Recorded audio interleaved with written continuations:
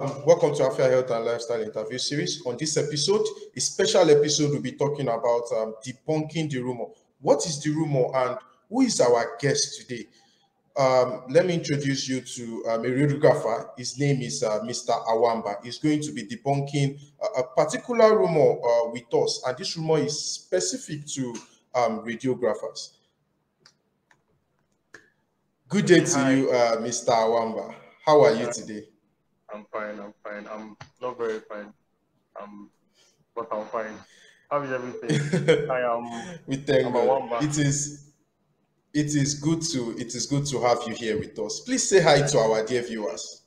Hi viewers. My name is Awamba Abraham. I'm a radiographer at Loop, and yeah, I'm here to debunk a very popular rumor about X-rays and cancer. All right. Thank you for joining us. So, our dear viewers, and to you, Mr. Awamba, it is commonly said that X-ray is very, very bad and it causes cancer. In fact, some would say that radiographers are at risk that later in life there's tendencies that they would have cancer because of the exposure to X-ray. When was the first time you heard about this kind of rumor? I heard about this. Let's say my third year or so. My third year. I think a lecturer of ours always pointed it out. He's not a radiographer. He's a nuclear physicist. So because of that, he knows a lot of stuff about the negative sides of X-rays, and because they don't really deal with just the diagnostic portion of the X-rays, they deal with other larger exposures to X-rays. So he was really pointing out how negative X-ray is going to be, how that when we start practicing, we have to be very, very cautious, and how this and that. And that. So that's where I had it from. And then after that, being from my days as a student radiographer, I used to experience some patients like that don't want to do X-rays because they feel I don't want to do X-rays because they feel this stuff is going to kill them, radiation is going to kill them, or when their relatives are doing X-rays, they run out and say, "Oh, this is the X-ray room." No, I don't want to die, or I don't want this. Very funny. I understand. It's a very common saying out there that X-rays can kill, it can cause cancer. So I understand their fears.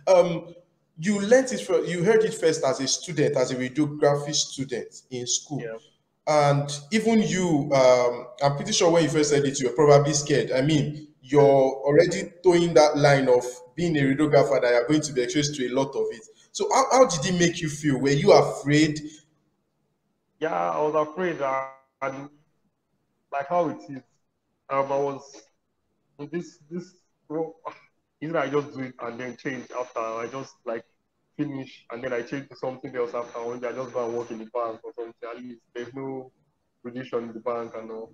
But yeah, that's how it made me feel. It made me feel scared. It made all of us in the class feel scared at the time. But that fear just as time went on, the fear went away because we had better knowledge. Okay. I'm looking at it from that perspective. Even you, as a student, doing that line, you were afraid. So you can understand an average person in the street, right? Yeah. So the reason why we are here is to debunk this rumor. So looking, how true is it that exposure to X-ray, at least in the clinical perspective, or somebody's coming to do SA, or a relative or somebody, what are the chances that it could cause cancer, and what are the chances that a radiographer that is exposed to X-ray through the course of employment and all of that is going to get cancer later in life? Okay. Of course, it's true. X-rays work. X-rays are ionizing radiation, so it work to displace cells, and then they can actually affect DNA, cause cancer, and all that. But then that's the particular effect of X-rays called stochastic effect, and it is not dependent on how much. It's not dependent on the amount of dose. Dependent on that, if you get plenty X-rays or if you get plenty X-rays, you automatically get cancer. But then it's like by chance. It's also the same probability that when you go out on the road, yeah, for some reason we're in Nigeria, the chances are increasing these days. But it's also the same probability that you go out on the road, you get shot. If you go out on the road, you're going to get hit by a car. That's the same probability that when you do a diagnostic X-ray examination, you're going to have cancer. So it's like very, very rare. Very, very. It's not popular. It's not something that comes up. It's when it comes up and then it's like, wow, this. It is when it comes up that it's the rare case. But like X-rays are the X-rays used for diagnostic purposes are like very, very, very minute. It's like let's say a pen, like using a pen to hit the hand. Let's say you're hitting the hand little by little by little by little. Okay. Of course, if you hit the pen little and then you hit the pen little, nothing can like it's not going to hurt, it's not going to pierce your skin or anything like that. So like Okay. it is as little as that, it is as minute as that, as like taken down to that extent. So it's not something that comes up at all. It's very, very, All right. very rare. And it's very, very hard to it's not a very popular possibility. All right. So what you are saying specifically is that it is not something that is common, and the reason is because the amount of X-ray that is used for clinical purpose is very, very little. So the common saying that when you are exposed to X-ray, it is false. Is that what you are saying? Yes, that's all. All right. All right. Thank you very much. So, but X-ray can actually cause cancer when exposed to in a very large amount. Yeah, X-rays can cause when exposed to in a very large amount. Let's say you're exposed to a lot of X-rays at a time. It is not it is like the effect it causes is deterministic effect, not stochastic effect. Deterministic effect is like effect of immediate action of X-rays. That is dependent on how much X-rays you are exposed to.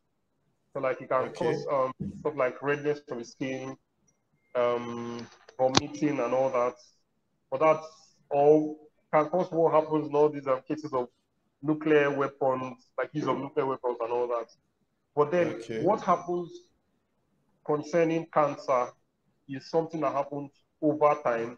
So it is not dependent on someone can it is possible that someone can be exposed to just the smallest bit of X-rays and then after that particular exposure, after 20, 30 years, person has cancer.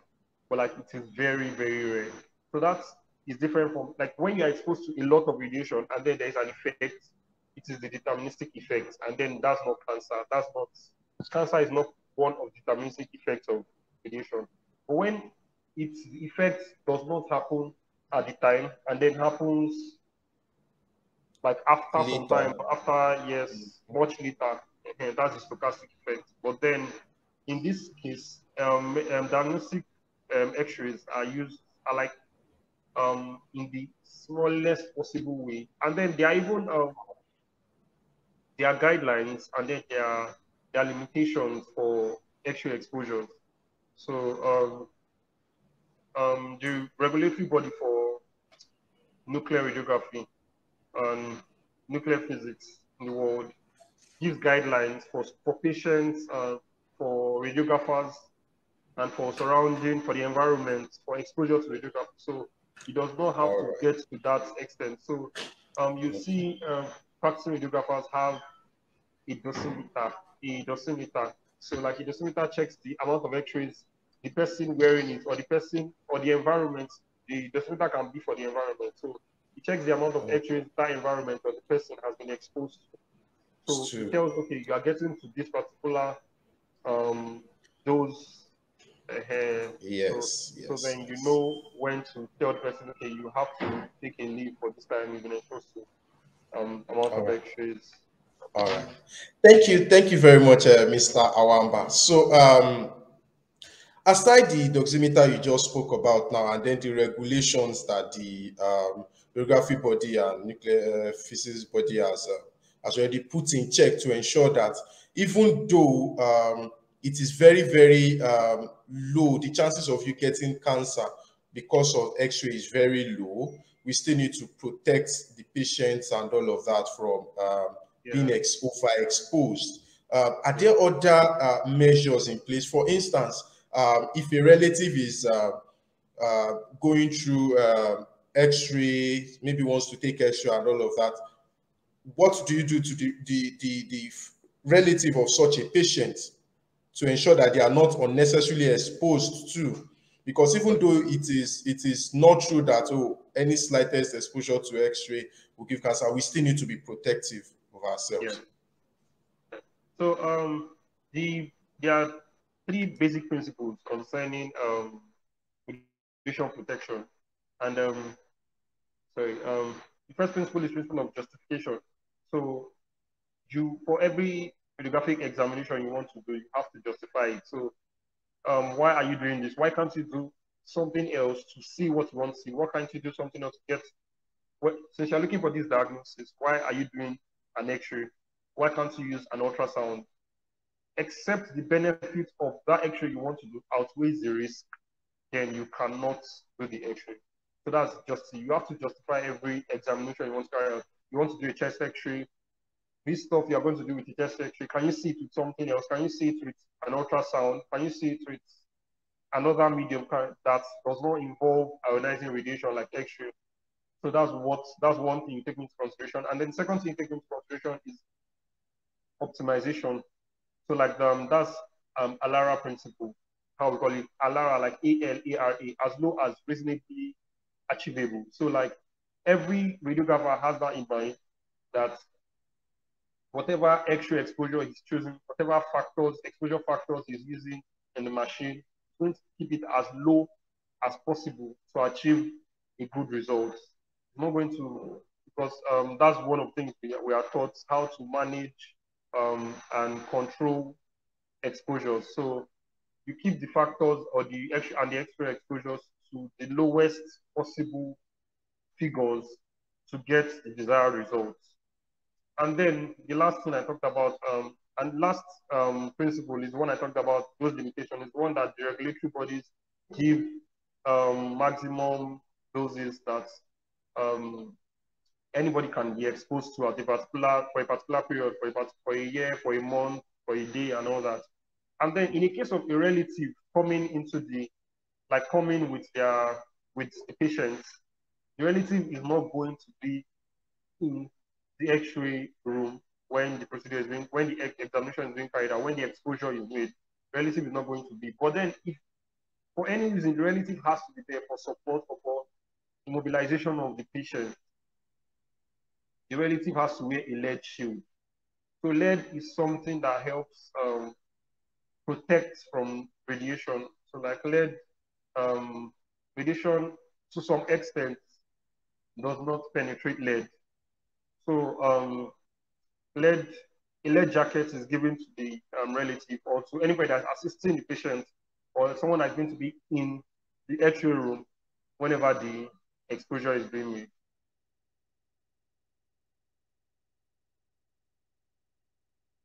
All right, thank you very much for helping, for coming to our interview today, for helping to debunk the rumor that every exposure or any exposure to X-ray at all is going to cause cancer. Our dear viewers, you've heard directly from the radiographer himself, Mr. Awamba Izuchukwu. Has made it clear to us that exposure to X-ray, clinical X-ray to be precise, is as little as possible, in such a way that there are little to no damage done. And there are guidelines on how to go through the process to ensure that the patient is safe, the relative is safe.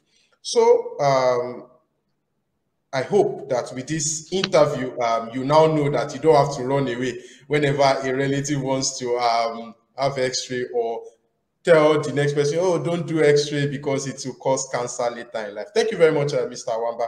We hope to have you on our Debunking the Rumor segment sometime in the future. All right. Thank you for joining us. All right. So we have come to the end of today's Debunking the Rumor segment. Thank you for joining us, and we hope to see you next time.